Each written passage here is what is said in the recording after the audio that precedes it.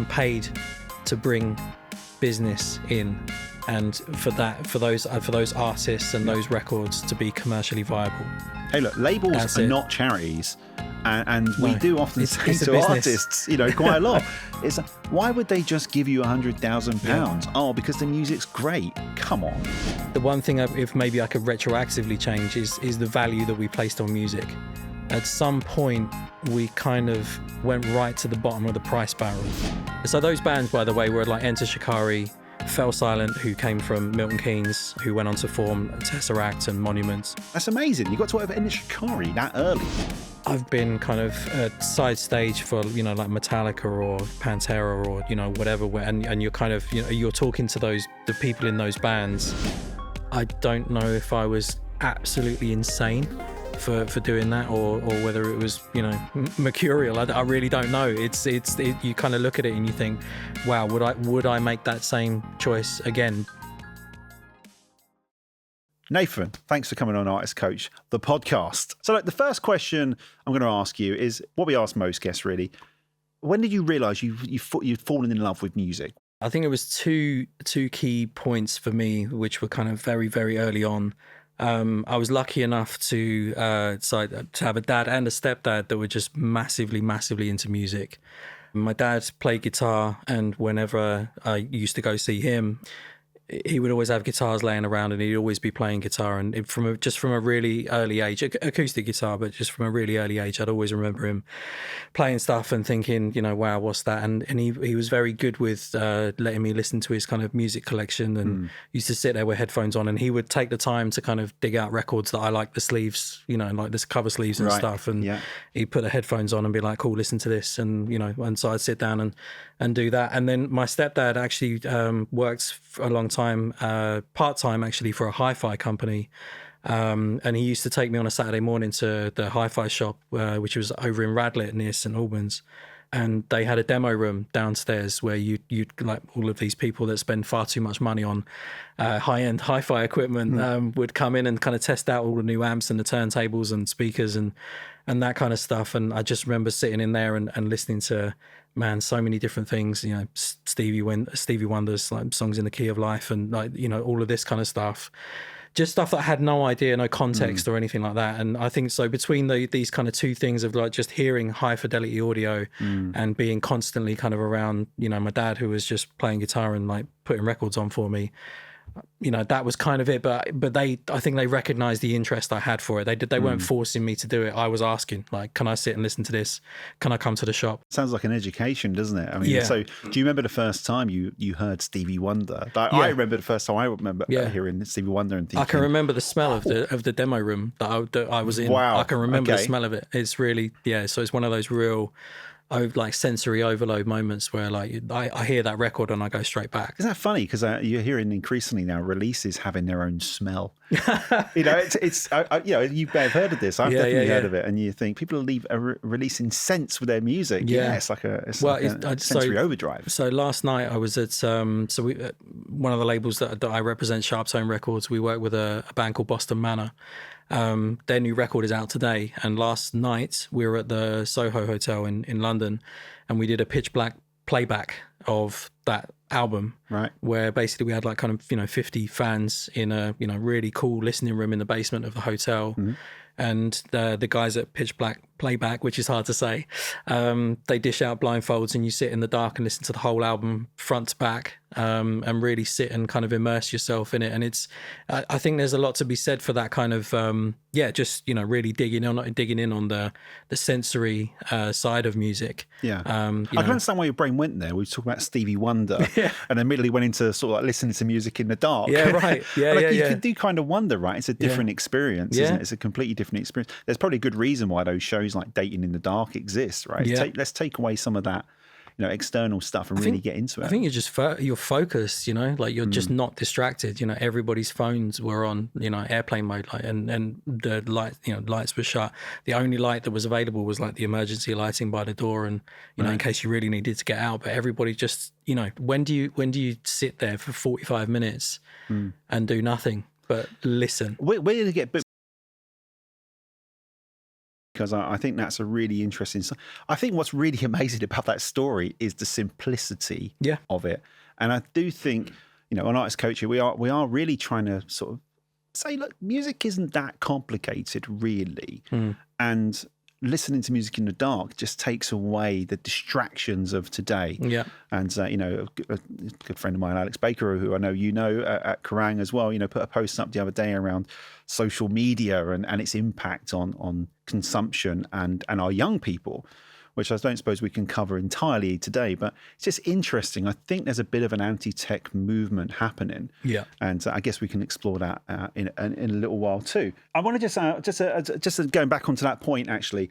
So do you remember the first track or album that you purchased with your own pocket money, assuming that you got pocket money? Not everyone did, but let's assume you did, and you were able to spend a little bit at our price, or depending on your age. For me, it could have been somewhere in the 1940s probably, but what was that first track that you purchased that you was like, oh yeah? And don't be embarrassed. There's no judgment here. I don't get embarrassed about stuff like this, because I just think everyone's kind of personal journey with music is valid and personal to them. And I don't have guilty pleasures, for instance. I just I like what I like, and that's, and make no apology for it. So all good on that. But I do remember it actually. I bought 2 records with my birthday money, and it was actually in W.H. Smith, when they used to sell records kind of back in the day.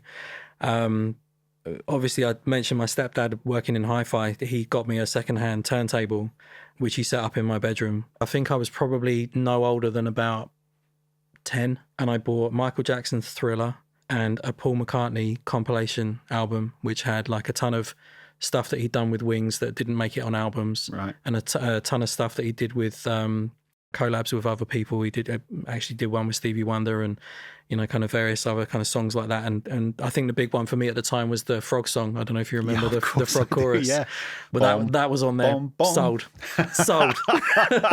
So those 2 albums, I just remember bringing them back, and that was my first kind of albums. And then singles that I picked up, I think I bought Take On Me by Aha. And I brought, what else did I get? One of the best music videos of all time. Yeah, incredible. That is La Bonita by Madonna. And then I bought the True Blue album. So I was massively kind of into like really well-written pop, like kind of at 10 years old. And I don't really know why. I think it was just that something that was just hitting me with that, where I was just like, I need to listen to this all the time. I need to find out about this artist. I need to, I wasn't aware that I was doing that. It was more just, I had to do it. It's a compulsion, isn't it? And music is such an amazing release. And as a child, you're far more in touch with your emotions. I think that's fair to say. I wasn't questioning it. That's the point. Would you? You're not analysing it. So. The first album I listened to was pretty cool, I would say. Billy Joel and Innocent Man. Nice. The first track I purchased, not so much. Paula Abdul, Opposites Attract. That's a great track. That's a great track.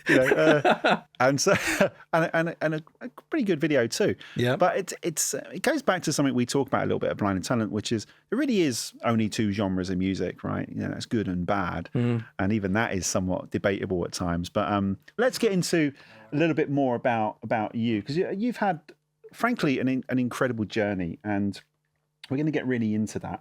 So obviously I've known you for, must be nearly 20 years, I think. Basic Records, was that about 2005? Yes. Yeah. So I think that's probably when you first came into my world. So I was head of music at Kerrang at the time. I can't remember who, I want to say Devil Sold His Soul, or maybe one of those artists. I'm not quite sure. It'd probably been even further back than that. I'm sure you had some fantastic bands. But what I want to ask you is, we know what brought you into music, and by the way, all of those albums you mentioned are absolute, like, they're undeniable, aren't they? Is that good or bad music for you? I don't know. No, for me, I think all of those incredibly, my formative years, they all touched me in the right places. And anyway, let's not go there. So so let's talk about the music industry side. So what drew you into the music industry? Because it's a pretty gnarly thing to go, do you know what, I want to get into music industry. I think looking back at younger Mark, I'd be like, do I really? Yeah. But what brought you to the music industry? How did that bit start for you?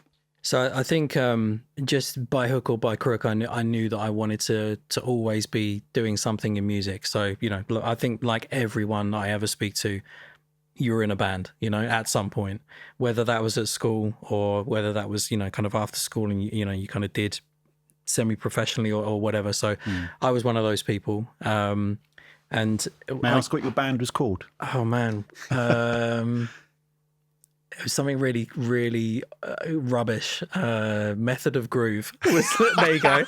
Which actually was is actually a Life of Agony song. Right. And I think we ripped the name from that. But it's far better than my band, which I lasted a week in, which was called Brain Dead. Okay. Perfect. Yeah.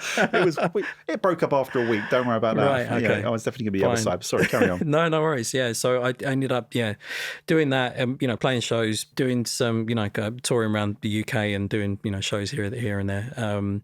But then I did a few bands, I did a few musical projects. I play guitar, I also I produced electronic music actually for a long time as well, around 2000 to 2005.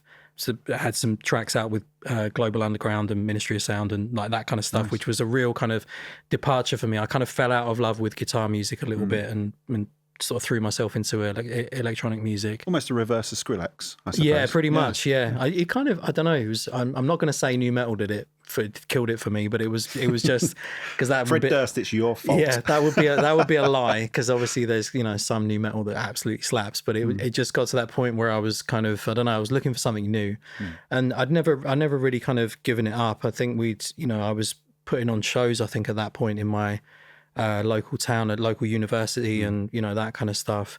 And then I think it was probably the advent of things like Pure Volume, if you remember that website.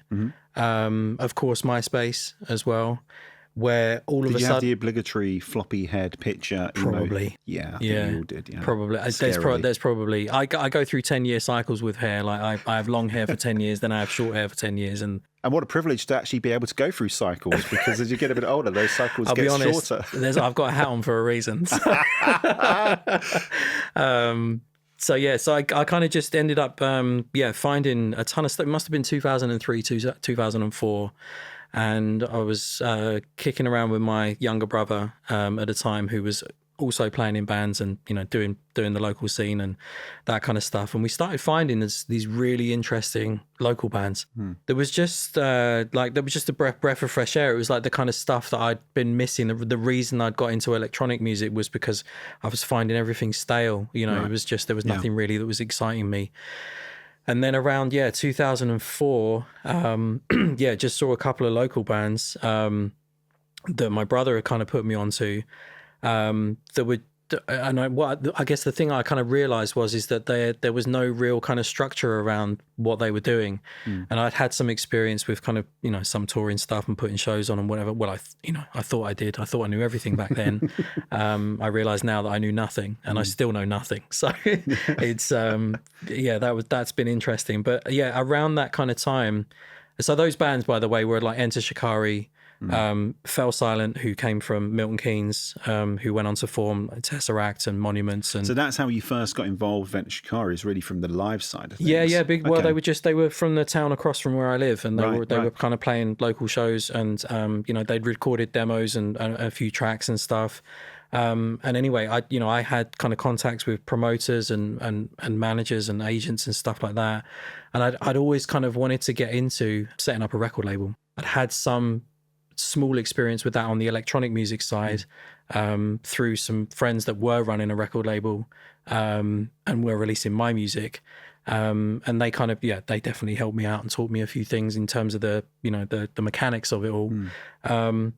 But it wasn't until I kind of found these like amazing local bands where I was just like, I think we could help each other out here. I think I could build something to try to showcase, like some of these bands. So the first two releases that we put out on the label were actually compilation releases, and they were largely made up of what I thought was amazing new bands that were kind of coming out of this, burgeoning UK scene that largely was existing on Pure Volume and MySpace and all of that kind of burst of technology that connected all these people all of a sudden. So I just built a record label really around that, and that was Basic Records, and we put the first record out in 2005. What an amazing story, because that's almost like the most purely organic way to kind of go, right, okay, well, here's a problem that needs solving. All these great bands, they don't really have a platform. I have some experience in this, and and it's quite it's quite an entrepreneurial mindset in some ways, isn't it? And I do think, bands, artists, labels, the ones that really thrive are those that are quite agile and entrepreneurial in their approach.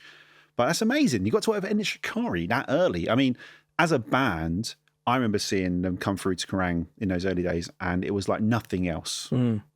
It was like nothing else we got sent. We were getting music videos primarily shot in woods. Yeah. I don't know if you remember that. There was a sort of 2004, 2007 period where all bands were shooting their music videos in woods. Absolutely. And we'd be in the playlist meeting and go, okay, here's a brand new band called, whatever, It's because you didn't have to hire the venue. You just you don't hire the woods. No one really saw the other side of it. Was when you're trying to make decisions about the number one rock TV channel, and then you're in the playlist meeting and you're on your 7th music video shot in the woods. And you kind of it's the same with band promos as well. Every promo was in a field, in a cornfield, in the woods. It's kind of crazy, right? But I get it, and it's that very independent spirit. And as you say, location is cheap. You can get out there, shoot a video.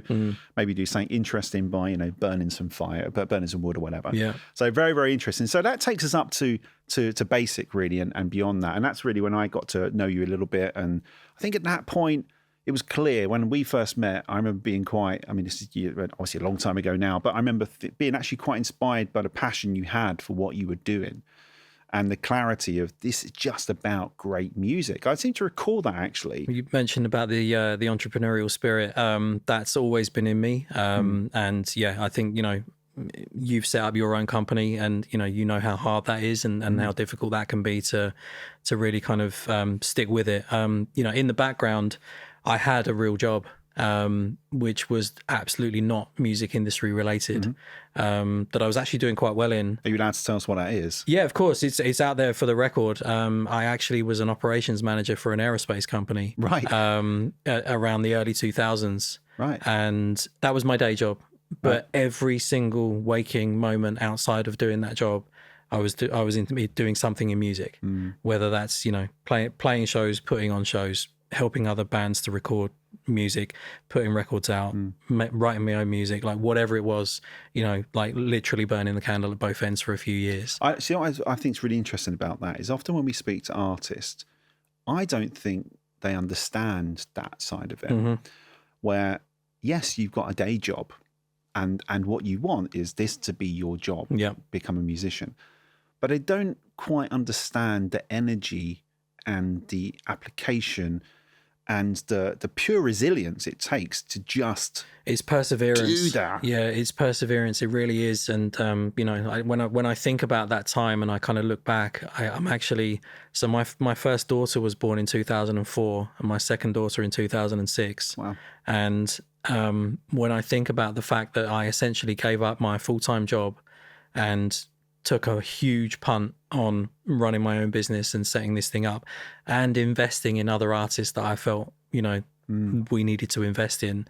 I don't know if I was absolutely insane for doing that or whether it was, mercurial. I really don't know. You kind of look at it and you think, wow, would I make that same choice again? But what I do know is that it got to the point for me where I was doing the day job to a point and doing the other thing, the music stuff, to a point where something had to give. And I was very, very acutely aware that at some point I was going to need to, maybe if I don't do it full time, I'd have to give the music stuff up.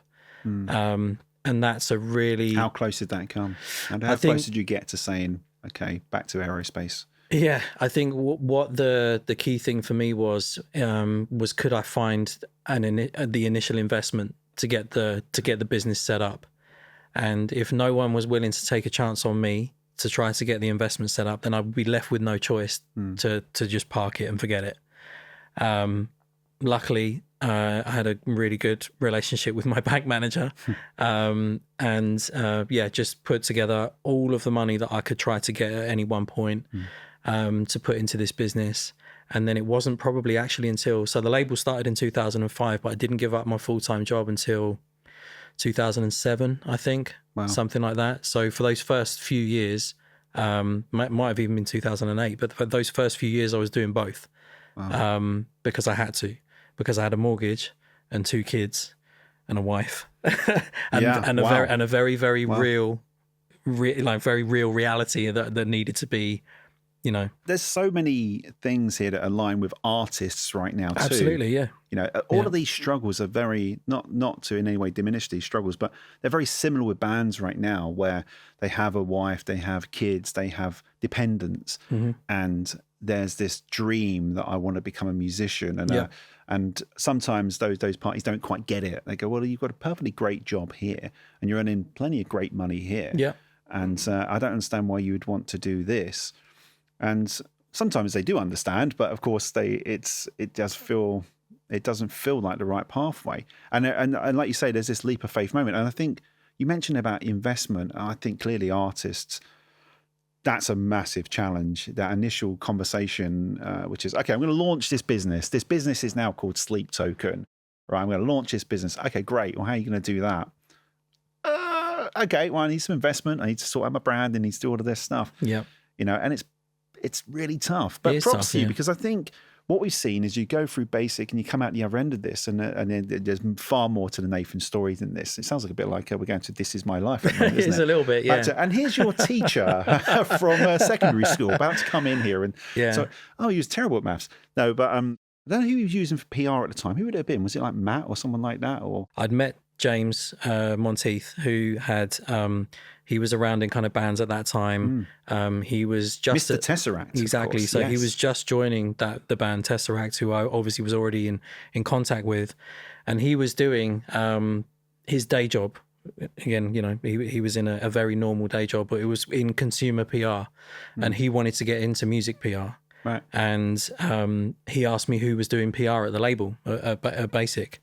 And I said, we're just hiring, you know, kind of ad hoc at the moment, just, you know, in terms of who the best person is. And he was like, well, I want to do it, all of it. So I said, okay, right, fine. So we actually sat in the basement of Garlic and Shots in Soho, and we formed Hold Tight PR. Right. So the company Hold Tight PR, that you know, that it still exists today and handles lots of you know, amazing label clients and artist releases within the rock and metal genres. That was formed by me and James in January 2010. But again, that was more just because we identified a need, you know, and an opportunity in the market, really. We had a great funding model. Yeah. And a great funding model. I mean, money's got to come from somewhere. And so we'll definitely go back to this, because I think when we talk to artists, we do say, look, music as a career isn't just about releasing songs on Spotify. Yeah. If you're choosing that music is going to be your career, there are multiple ways to make money from music. And, you know, it sounds like you found a really great way to supplement the label and supplement the wider strategy. And we find this a little bit with artists now that have created their own playlists, and they've put them on Submit Hub or Groover, and they're making a passive income through that, which is paying for their digital advertising. Great. Yeah. We need more artists thinking like that. Absolutely. Because otherwise you're going to get stuck in this rut where you go, oh, well, we've run out of money now. How can we possibly move forward? Well, you've not run out of money. You've run out of ideas. And I think that's the bit for me. I think clearly you're having probably even more of those conversations in your line of work than I am. But it's for me, there's something really frustrating for me when, you know, you have artists that really all they want to do is kind of sit in the studio and write riffs and, you know, and write songs and whatever. And I'm like, that's fine.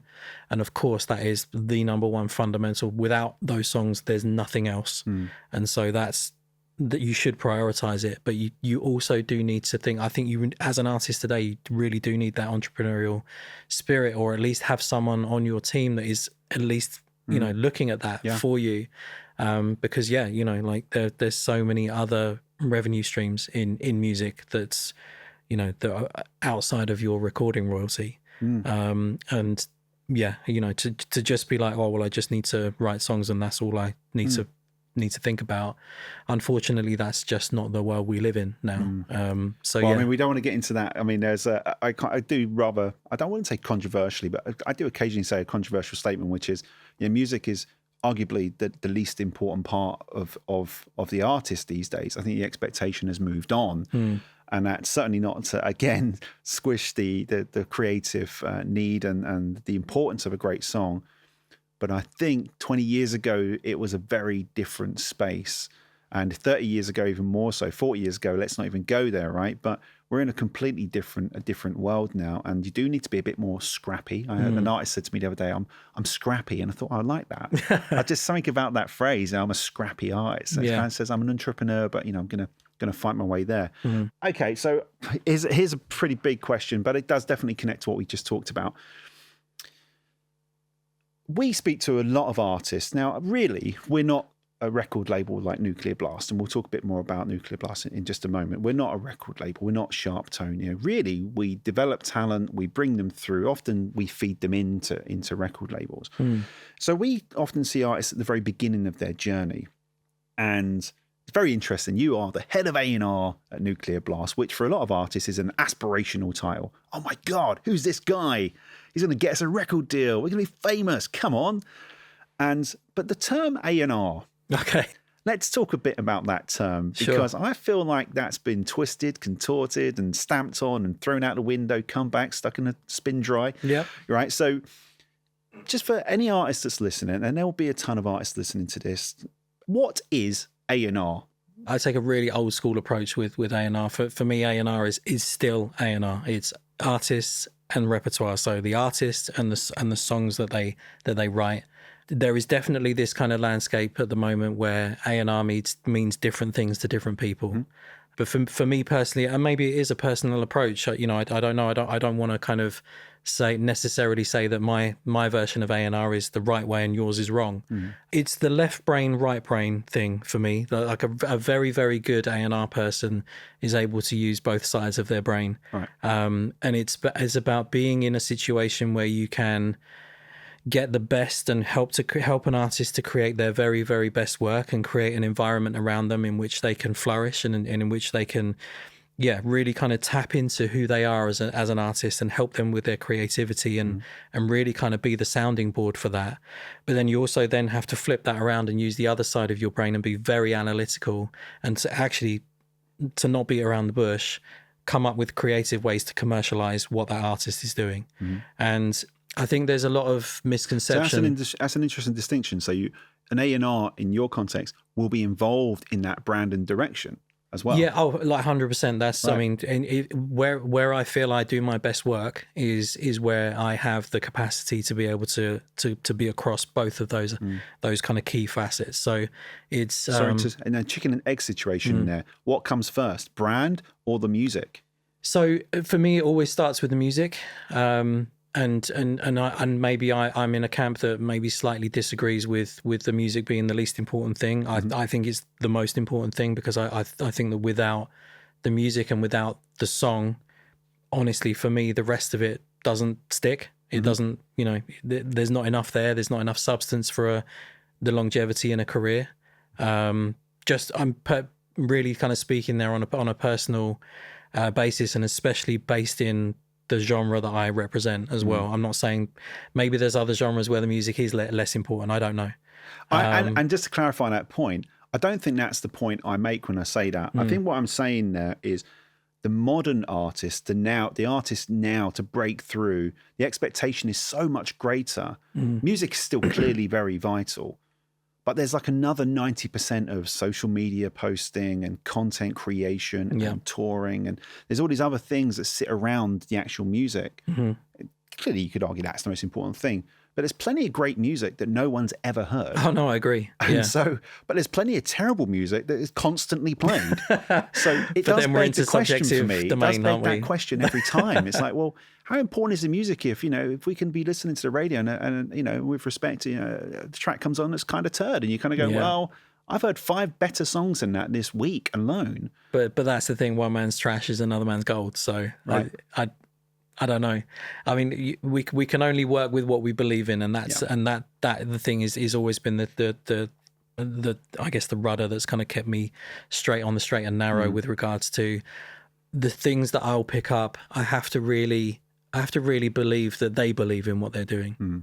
Like that for me is artistic integrity, artistic voice, knowing that they have something genuine to say, that they have something genuine to kind of offer the world. For me, it doesn't really even matter whether they have like that it's coming out and it's completely brand new, like a sound you've never heard before, or it's actually very rare for that to happen. And when it does happen, you know it, and you feel very privileged to be working with that. That it comes across, maybe once every few years.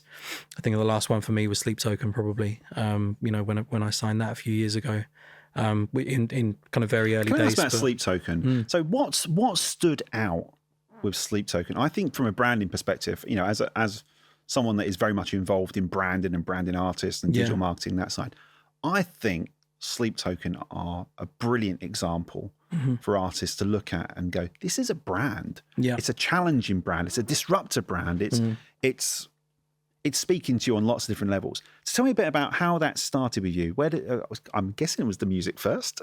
It was, yeah. But then how did that form into Sleep Token? Actually, it's a really good example of the the music first. The Sleep Token that you see now, there was like a kernel, like a very small seed of what that is kind of back then. And it was always going to be this kind of project that was kind of shrouded in anonymity and, and whatever. But again, none of that stuff works if the music's shit. It's like, it just won't stick. But the thing that really has stood out for me is when I heard those kind of first songs and those first demos, it was just that it was the fact that I was hearing this voice that had this very, very pop approach, pop tone, the way that they were writing and constructing and composing these songs was just kind of done in this way that was instantly relatable for a very, very wide audience. But they were ultimately kind of, at that time, kind of Frankensteining this like big metal sound, like in the middle of it all somewhere, like either with a chorus or a crushing ending or, something or other. And I was just like, there's no one else that's doing this right now. No one. And, there were a few kind of things that maybe were a hint at that or whatever. And that for me was the thing. It wasn't the image. It wasn't the hype. It wasn't the, this anonymity angle or whatever.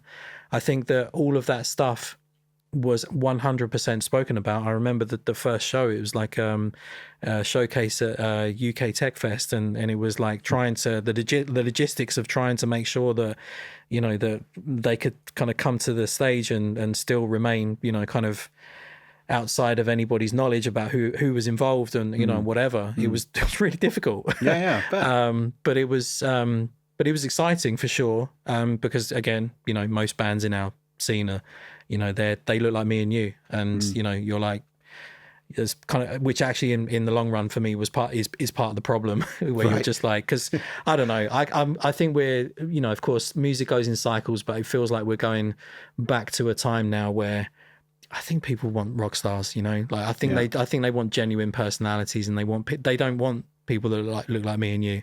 It's a bit like the grunge thing. I'm not being funny, Nate, but maybe they do want people to look like you and I. I mean, are we really A&R'd that properly? yeah, maybe. I don't know. Maybe we're the next big thing. I'm not sure. I think that's a really fantastic point, because we've kind of come out of quite a lot of turmoil in the industry, and whether that be technologically, streaming, monetization, all these different areas.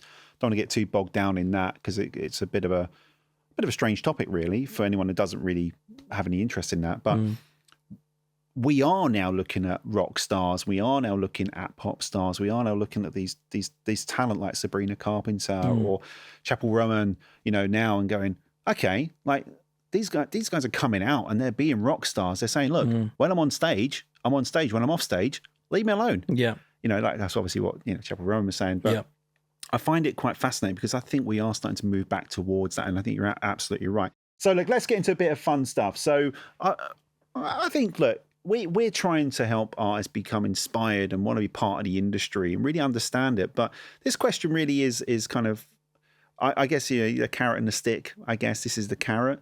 But what's been your most rock and roll moment so far? What's been the moment where little Nathan, that's listening to Stevie Wonder and in the hi-fi centre. For anyone who doesn't know what a hi-fi is, by the way, you might need to explain that to some people. But, what's the moment that little Nathan's going to go, I can't believe I've just done that? Or that just happened. I don't know. It's funny, because you end up, I don't know if you're the same, but you end up, because you're so kind of immersed in everything that you're doing, that a lot of this stuff, when it happens, you actually take it in your stride a little bit, and you kind of, it's not until afterwards that you kind of fully appreciate, you know, the environment that you were in. But I don't know. It's nothing's been. There's no kind of like big like debauched rock and roll story, or you know, or anything like that. It's been things that have just been maybe just a little bit humbling, you know, like in those kind of ways. Just like either recognition for the work that you know, that you kind of that you've been doing with your artists, like that's always great. But I think that there's definitely been times where I've been in shows, or I've been kind of you know, side stage for, you know, like Metallica, or you know, like Pantera, or you know, whatever, and you're kind of, you know, you're talking to the people in those bands.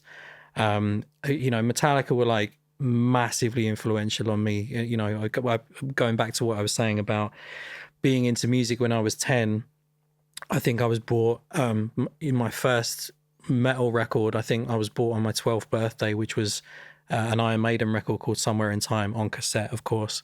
And then I was skateboarding with my mates when I was 12, and I broke my arm coming off my skateboard. And whilst I was off school, my best mate lent me his, do you remember those tape boxes with the flip top? Oh, I do. Yeah. So no one listening to this is going to know what that is. But it was a box that you could store at least 20 cassettes in.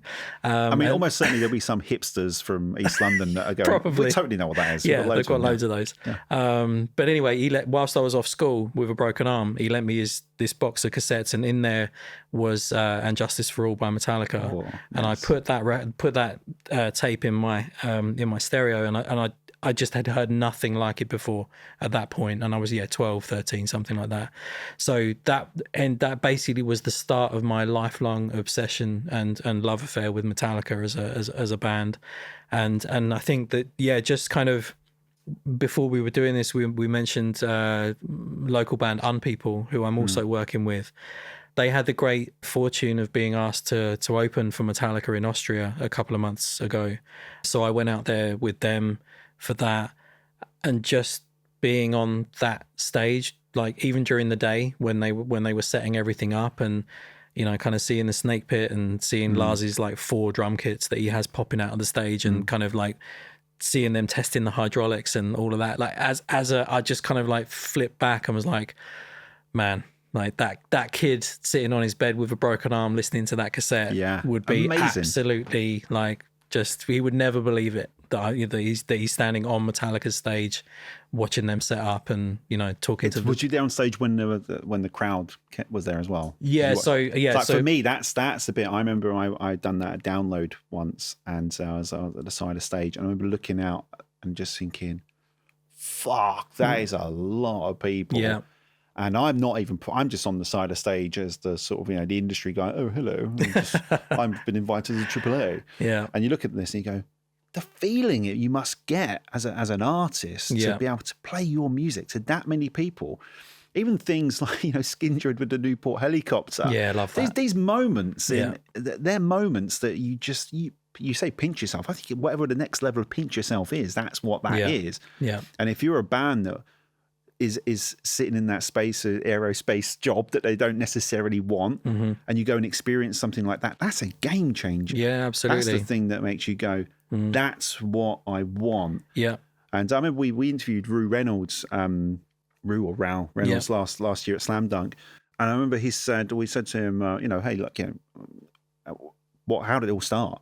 I mean, sadly, he didn't name check you, Nathan. I'm sorry to say, but he said it was like a hobby that got out of hand. Yeah, and I think it's the hobby that everyone wants to get out of hand, right? Absolutely, and I think it has to get out of hand in order for it to get in hand. Yeah, if that makes sense. I think that's the thing. It was knowing I was standing there for a legitimate reason. Like, this was my day job. Now, you know, I'm standing on. Hey, look, you got them on that stage. That's incredible. That's what I'm saying. But I'm standing on Metallica's stage as part of my day job, and I was like, that's it. I've done it.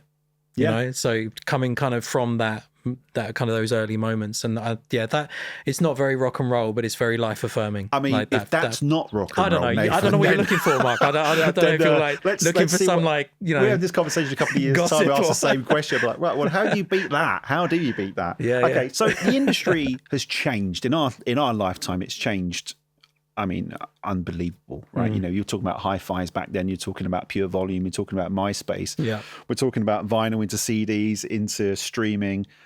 Missed out downloads there entirely. Downloads into streaming. Download culture, yeah. Well, what bit of technology excites you now? We could easily talk about ChatGPT, and we can start getting into AI. And I've done a bit of work in AI for a couple of years. Not a lot of people know that. It was a few years ago. I was working on recommendation tools. But tell me a little. What excites you? I know you're quite tech. I know you are, right? You don't just have a job in aerospace and you come out the other end of that, not taking some of that with you. But what technology excites you now? I mean, it is the big topic, and I know it's boring, but it's AI. I think there's so many possibilities that we're not even kind of scratching the surface with, and for me, it's not something I'm particularly scared of in terms of our industry. I think that there needs to be regulation where possible, and I think that there needs to be some kind of overview and some kind of scope in terms of, or legal framework in terms of how we're using these tools and whatever. But I just think the possibilities are endless, and I kind of think about these things that come along every, they're happening faster and faster, obviously, with the improvements in technology now. But I kind of feel like it feels to me, these worries about AI are a little bit like when the first drum machine came along, and everyone, all drummers and percussionists were like, well, we're out of a job, and it's like, no, it's just a tool to make something else, it's just, it's just another option. It's just something else for you to help your creative process. And what's going to happen is that people aren't going to fall out of love with the original drum sound, with an organic drum sound. Like I still, to this day, I would love standing behind people that are like, bashing away on the kit and, whatever. I've got so much respect for, high-end drummers and whatever, but I'm not sitting there thinking, well, we could probably save a bit of effort here and program all that. Yeah. So I feel the same way about AI, to be honest. It's like, I think the best artists out there are using the tools available and really using them to their advantage. And I think, of course, it's speeding processes up, and it's still a bit messy from time to time. But I think what will happen is that all of these things are inevitably pendulum swings. You're kind of going into a big kind of swing that's going to be like, you're going to have this influx of AI generated stuff, and we've seen that already. Tons of music kind of flooding streaming platforms and whatever. But what will always happen in these instances is that the marketplace or the consumer will always choose, and they'll always choose quality, and they'll always choose, sort of something people want to feel something that's real, at the end of the day. Yeah. If that's been helped by AI to be generated in terms of like, I don't know, give me 10 song ideas about heartbreak or, whatever, just to kind of get the seed of something going to write lyrics or, whatever. Fine. I don't think anybody, but if the end product of that kind of feels real and feels genuine, then that's the thing that I think the audiences are going to connect with, and that is the thing that will inevitably still last the test of time. I think that it's exciting that we're working with so many artists now that are using AI to mix their records and using AI to master their records, and of course there are amazing mastering and mixing engineers out there, but I don't think it's that they will always still be needed. It's not. I don't think it's going to completely replace what they do, because some people, and artists especially, are not going to want the finished product that mixing with AI gives them. I've seen it happen even with Atmos mixes. Where I've sat in a studio with an Atmos engineer, and what they've done and what they've created has been so tailored and bespoke that final performance of what you're hearing, you just can't compare it. There is that, AI is just not getting close to that, because that person sat in a room for like 6 hours, meticulously gone through every single stem and every single. But even if AI does get close to that, it will evolve again. Yeah, of course, yeah. And I think, look, we've had the blessing of a few years on us, right? And we've seen the evolution of music in real time, and we can appreciate whether it's the web, which I feel like is very similar. David Bowie came out and was like, this is going to be amazing. This is going to be the best thing. Was like, oh, okay, back in your box, Bowie. He's like, no, Bowie's always right. We should recognize that straight away. And I think if Bowie was alive in 2024, he'd be going, AI is the best thing that's happened to the music industry in 20 years. Because now it's democratizing it, it's making things easier, it's facilitating creativity, it's enabling artists to write great press releases that sound slightly weird, but that's okay, right? And so AI, I mean, look, we work in digital marketing. Are we looking over our shoulder and going, whoa, okay, this is coming up fast? Yeah, but we're also being really agile and thinking, how can we use this to actually create better services for our artists? Yeah. Absolutely. It's an amazing tool, and I'm glad that I knew that you'd feel that way, because I don't think AI will replace humans. It will make us better, and I think that's the key bit for me. Yeah, I think it's just as a species we're evolving, and we're learning, and this is just another tool that is going to just kind of take us forward. I think Yeah.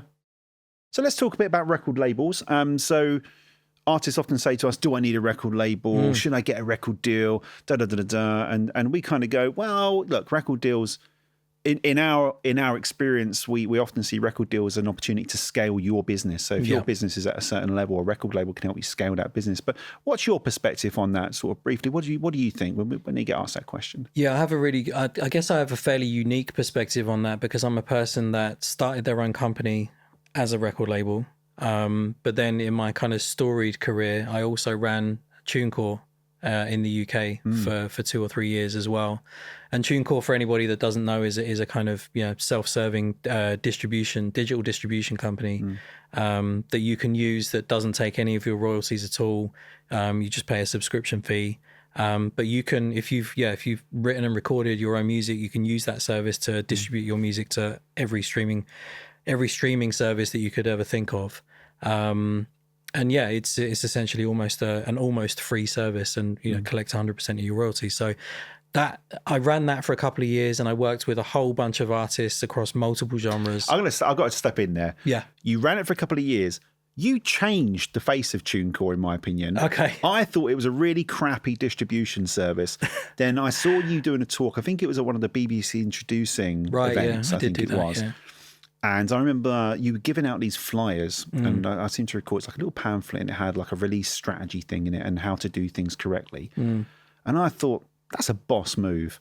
That's so good. Well, I appreciate you recognising that happened. I didn't know TuneCore at all really before that. Okay. And obviously we worked with distributors at this point. But I remember seeing, obviously we talked a lot, when I was at Channel 4, when I left Channel 4, we had some great conversations. And I remember going to that event and going, good God, he's actually changed TuneCore. It's cool now. It's cool. I don't think anyone's ever said that. No, so. Honestly, I remember thinking, well, the branding's changed, everything's changed. It feels like a more complete offering now. Yeah. I think Gareth Mellor done a very similar thing actually at AWOL. Don't know if you know Gareth. Yeah. Done a very similar thing at AWOL.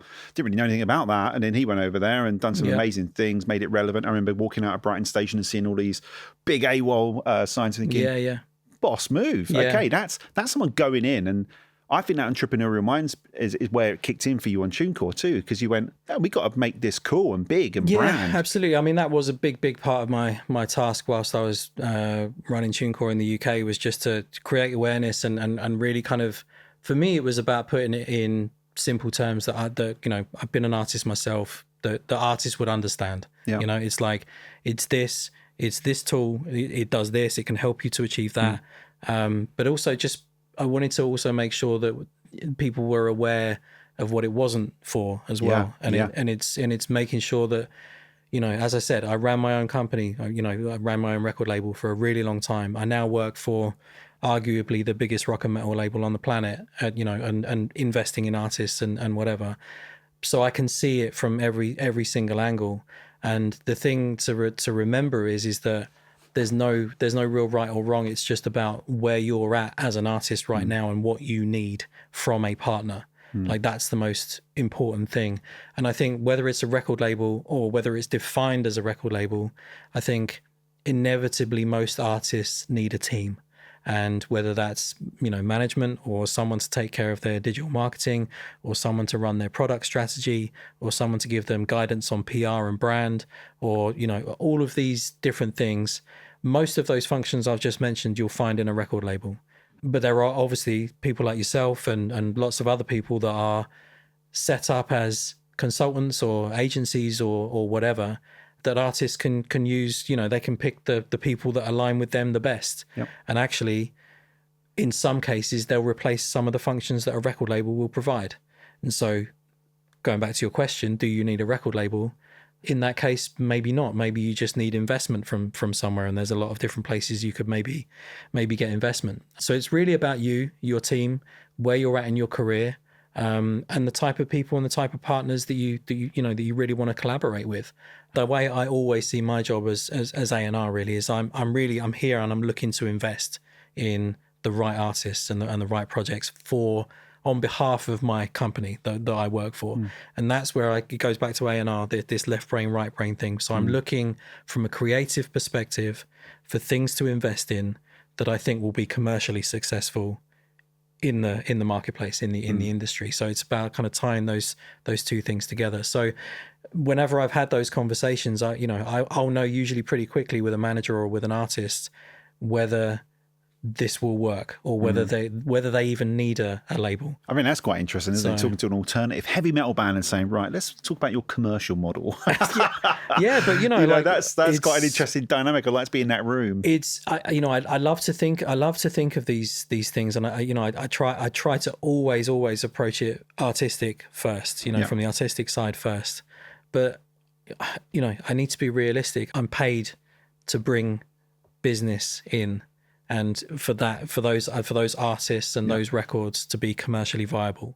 Hey, look, labels are not charities, and we do often say to artists, quite a lot. It's why would they just give you £100,000? Yeah. Oh, because the music's great. Come on, come on. It doesn't. How in any world would you think that's how it works? But unsurprisingly, a lot of artists do think, get a record label, they'll give me loads of money, suddenly we're on all the Spotify editorials, we're touring the world, and we're the next Metallica. Yeah, there's a few steps before that and in between that as well.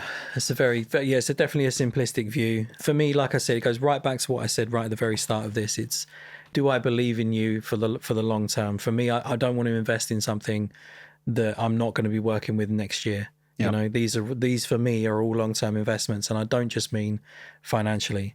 There's some people I'm working with now that I'm still that I was working with 20 years ago. If I'm working with an artist and I'm sitting across the table from an artist, I'm actually projecting and saying, can I see myself working with this artist in 5 years from now? Does this still work? Does it still work in 10 years from now? If we're talking about doing three or four really records together. Really instructive, I think, for artists. If they're talking to A&Rs or labels, it isn't about this record's great. It's about where are we going as a band. This record that you're bringing to me right now is the first stepping stone to wherever we collectively want to get to. It's this much. It's not the whole story. I think it's something we very much, when we talk to artists in whatever capacity we're working with them, we try to encourage them to think much longer term, because we're not here to just kind of look at a 6-week campaign or go, okay, let's get this over the thing, and then download or sign you up, and there you go, you're touring the world. It's like, no, this is about data capture, long-term customer acquisition. Not that I want to be in any way disparaging towards the word fan, but I really think that word is redundant. Yeah, I think if you're trying to build a business, it's because people don't look at it like that. I think that's the point, and I love that you're very black and white about it. I love that you're like, guys, like, this is what it is. Like, I know these are words that are jarring to an artist, or are jarring to this kind of sensibility of creativity, where you're like, no, we're talking about customer retention here, and a superfan is a returning customer. Harvesting databases. Yeah, a superfan is a returning customer, and I say this to artists, and you can almost see their eyes kind of going like this, going, what do you mean returning customer? What does that mean? It's like, because what a creative doesn't need is more creatives. What a creative needs is someone to have the other side of the brain to go, look, you're brilliant. Your superpower is writing these songs, being creative, doing all that stuff that I can't do. But what I can do is give you a real logical step-by-step process of what a marketing funnel looks like. How do you warm fans up. There's absolutely stages of cold, I don't know you, warm, I'm interested, hot, I'm a super fan. What is a super fan? A returning customer. And you can put yourself into other people's funnels all day long if you want to learn about that stuff. But anyway, let's not get onto that today, because that's something I'm very passionate about personally. Yeah, of course, yeah. Because I just feel artists get it wrong because they don't treat themselves like a business. And I find it really uncomfortable when they start to talk about record labels and record deals without the context of them being a business. Exactly, I often say, look, if it was Dragon's Den, go and present your business model to the 5 dragons. You're one of the dragons there, Absolutely, Nathan. yeah. And you're sitting there £250,000 and they're going, well, we've got a great record. Like, yeah, but, what's your projected sales? How many fans have you got now? What tours are you doing? How many tickets you're selling? Yeah. Well, I don't have any of that. I just have a great product. Not quite enough for me to part with my £250,000, thanks. But, it's really interesting. Come back later. Yeah. Right, so let's get into a few more questions just to sort of finish up with, really. So just really quick questions. So if there was one thing about the industry you could change right now, you got a little magic wand, what's the one thing you could wake up tomorrow morning and go, boom, well, that's changed? What would that be? The one thing, if maybe I could retroactively change, is the value that we placed on music when new technologies came through. And that's not really from any kind of sense of greed or lesser margin for record labels or whatever. I actually think when I talk about value in music, I actually mean first and foremost artistic value, because at some point we seem to kind of lose the thread between when we went from CD culture to download culture to streaming culture. At some point we kind of went right to the bottom of the price barrel, and started telling people that the value of an album was like £1 or $1 or whatever, when especially companies like, I don't want to kind of shame anyone in particular, because there were a lot of companies doing this, but Amazon for a start, kind of when they first came out and doing things, they were doing so much promotional work that were bringing the prices down of albums and on the download side of things, that ultimately we had a really good opportunity to embrace this new technology and to price in music at a fair value, which I think would have actually nullified a lot of the arguments that we see today in terms of the arguments that we have between songwriters and Spotify about royalty payments going through, and obviously, the percentage that goes through is less on the songwriter or publishing side than it is on the recorded side. But the fact that Spotify, the value of a Spotify stream and where they got to that calculation, there's a precursor to that in terms of how we set the value of music up. And I think that was something that really, the technology moved really quickly. And I don't think that we as an industry anticipated it well enough to be able to kind of really value it in the way that we should. I think the film industry has done better with it. In terms of, I know that the film is a longer form piece of content and, obviously costs relatively more to make and whatever, but I think they probably still have their own arguments in the film and TV industry about pricing of product. But they definitely had a lot more foresight in terms of setting up the correct infrastructure in terms of how the consumer is able to access the content or the film, the TV program, the whatever, and the music industry just seemed to go to like, let's see how quickly we can devalue music to the very, very lowest denominator. Yeah, the film industry had the blockbuster moment, didn't they, when it went from physical video into this kind of hybrid of love film that comes to your door. And then there was this, obviously, the Netflix model, which we kind of know and love now. But I think you're right, and I agree. If we could go back in time or place more value on music, definitely, I think everyone would firmly agree with that. The problem we have now, though, is that the genie's out of the bottle, and it's very hard. I know that we've seen kind of incremental price increases with streaming services on the TV side, like Netflix and, Prime and Apple TV and, kind of all of this stuff.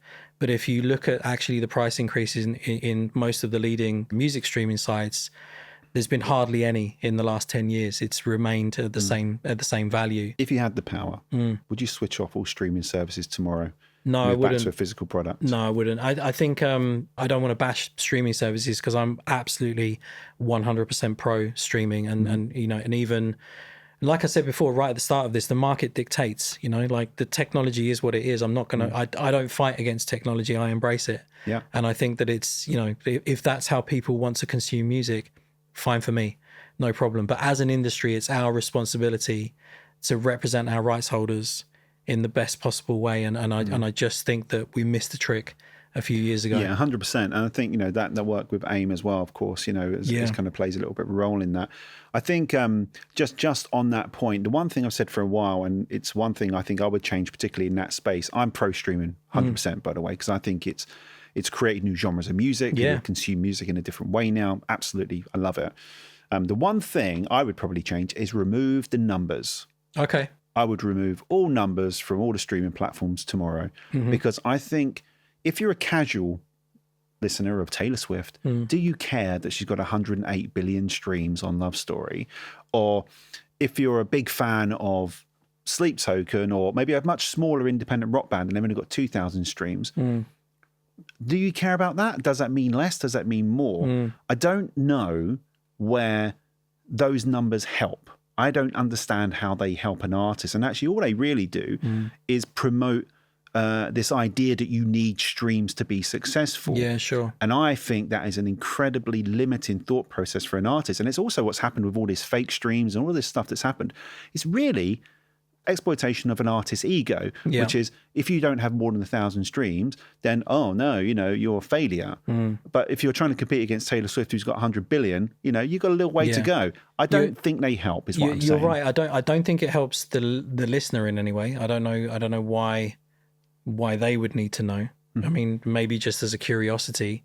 It's created competition where there didn't need to be any in certain areas for sure.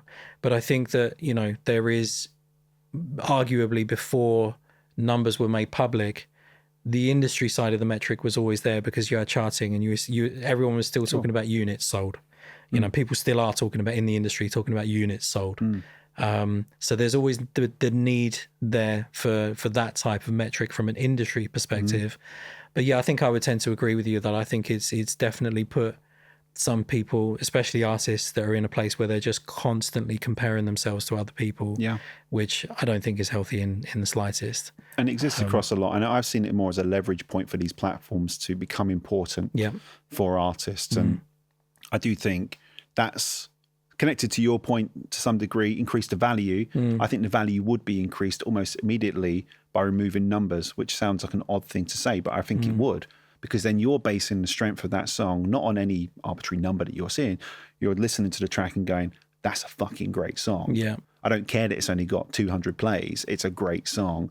And you put it in the same benchmark as another artist. So last couple of things. Thank you so much. Been really fantastic chatting to you, Nathan. Really, really enjoyed it.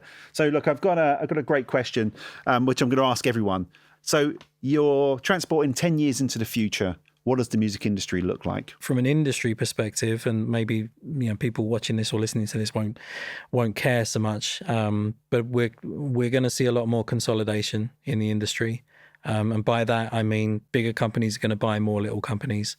We've already seen that. We've mentioned just the two you mentioned before, like TuneCore and AWOL. TuneCore, it was part of Believe from 2016. It used to be an independent company for like 15 years before that. AWOL is now wrapped up into Sony, I think. Same with InGrooves, that was independent. That's now at Universal. So there's going to be more and more things like that.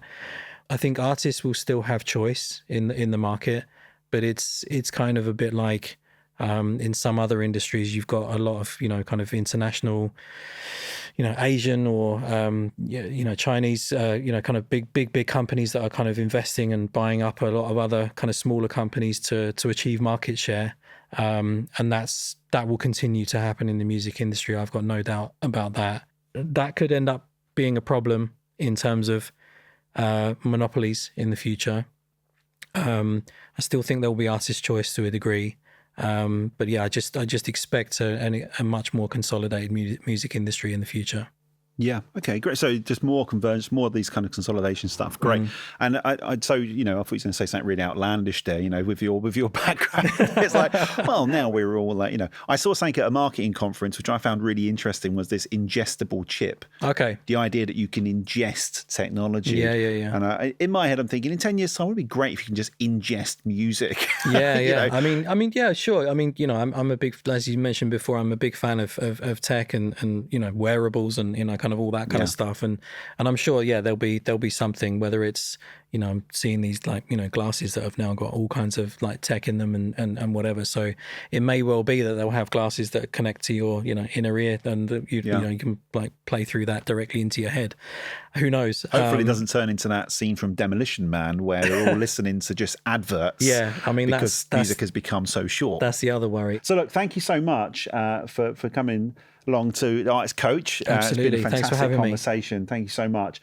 And so just got a couple of final questions from listeners. Okay. We have some. We put a little call out and said, look, we've got this A&R guru coming into our studio. There's nothing this guy doesn't know. You can ask him anything. You flatter me, Mark. Typically the questions are about as interesting as you'd imagine. But here we go. So Joe from Bournemouth. What are the best ways to get my music in front of A&R teams or record labels? Hustle and network. Scrappy. Yeah, it's scrappy. That's the word you said before. People like myself and my team, the guys that work for me, we're out there looking for stuff. We're not sitting there just, waiting for you to knock the door. We're actively out there. So the thing that for me is just making sure that whatever you're doing is within that scope of network, essentially within that kind of scope of discovery. Be very, very well researched in terms of, yes, you can put yourself in front of lots of A&Rs and lots of record labels, but is the music you're doing really what they want to hear? Like I'm out there looking for stuff, but I don't know, Joe, what you're doing right now. Is it what I'm looking for? But you'll find that those artists that have really kind of done their homework, really researched well, and actually have taken the time to network and hustle. If I meet you at a show or if I meet you at like, one of the various, panels and things that I do and whatever, and you introduce yourself to me and you come up to me with a genuine anecdote about 2 records I've just released that resonate massively with you because you're doing something that's in a similar field and you've worked with this person that's relevant to my interests and you've worked with this engineer that also did this record I worked on. Amazing. That's the perfect conversation for me to kind of kick something off where I know that you as an artist are 100% in my wheelhouse. So sort of be real, be relevant, research. Yeah, just 3 R's, just made them up. There we go. There you go. Real, research and relevant. I'll give that one to you for free. You Joe. can put that on your website. I will do, actually. Yeah, I will do. If you don't mind, I'll build that into my model now. And one last question from Courtney in Sheffield. What are the biggest mistakes artists make when approaching A&R teams? I think just having those realistic expectations about kind of where you're at, and like you said, actually I love your Dragon's Den analogy where you're going to the table and it's like, cool, but what else? It's great. Of course, as I said, me personally, I'm a big fan of like the music first, but I can't say hand on heart that I'm always signing things just because it was great music. There's inevitably a story or an angle or like some kind of understanding about who you are as an artist and what journey you want to go on, and that again is just, I need to know that that's real. I need to know that you've thought about that, and I need to know that you understand what this relationship is if it were to happen and how things work. And it's much easier for me. I wouldn't necessarily, I don't always put it down to mistakes. I'm pretty forgiving as a person in general, and I think that you can come and have a conversation with me and not have everything together, and I will just put that down to you not having the experience, and that's fine, because some artists are like very, very early on in their careers and they've not thought, they don't have all the answers, they haven't mapped it all out. And that's fine. But equally, if you're on a panel, they probably shouldn't turn up with a presentation kit just as you come off stage saying, right, I listened to the podcast, Coach, and I've come here with a full business plan for you to I mean, in terms of that, kind of networking side of things, just be cool. Like, just, you don't need to You say that like it's so effortless, Nathan. Just be cool. Yeah, but But they're talking to an A&R guru, Nathan. How are they going to be cool? How are they going to, I'm barely keeping it in myself. I'm sure. Just I would say, like no one just don't be a dick for a start. Well, that's just a general rule of life. That's the general rule of life. But I think, just understand that, like, my job, I am out there looking for things, but it might not be. You're going to be very lucky if you happen to kind of hit on someone that is completely aligned from day one with what you want to do and where you want to go. Sometimes these things take time, they take work, and they take kind of this period of time where you really need to kind of get to understand who an artist is as well, and what they do. And there'll be things that will come into me where I'll be like, cool, like, let me know what shows you have coming up, because for me, actually, it's important to see that what the live show is like, not only from a technical perspective, like, can you play, but also, like, what type of artist are you, and are you an artist or are you a performer, or are you both? Are you, and that's another conversation I had with people. I mean, that was a question we was going to get onto earlier on, but we never quite got there. But maybe in our part 2, we'll come back to this about whether someone needs to be good live to get a deal. I mean, that's kind of an interesting one, right? I remember seeing Bring Me the Horizon many years ago, and they kind of sucked at the beginning, right? But actually, they were performers, but they weren't quite the live act at that point. Yeah. They obviously now completely different level, right? So look, without risk of sounding like Columbo, just one more thing. Again, for anyone else watching out there, probably won't get that Columbo reference. But anyway, there you go. Classic being a mid-40s dude. So look, throughout the end of today's episode, again, thank you so much. It's been really, really great. And so one last little thing we're going to ask everyone, because I think the real essence of artist coaches is trying to lean on your experience, which is, fantastic. What's the one bit of advice you got in your career, the one single bit of advice you got in your career and you thought, yeah? You'll achieve success in your career inevitably. And whilst it's good to recognize that success at that time, don't ever put your own success above the success of the artist you work for. And that, for me, was something that probably is, again, one of those like kind of rudders that is always with me.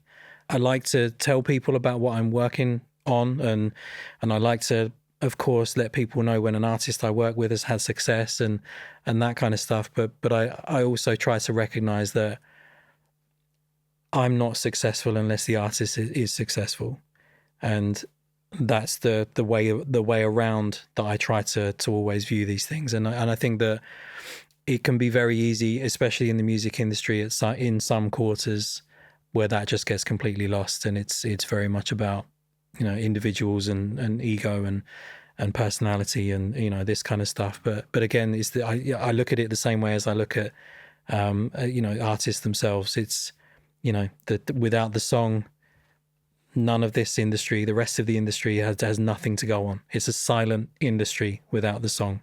You can't sell merchandise because you haven't got anything to pin it on without the songs. And so, for me, it's the same in my own career. It's, just make sure that you're recognizing that the work you're doing is for the success of the artist. And that's it. Couldn't agree more.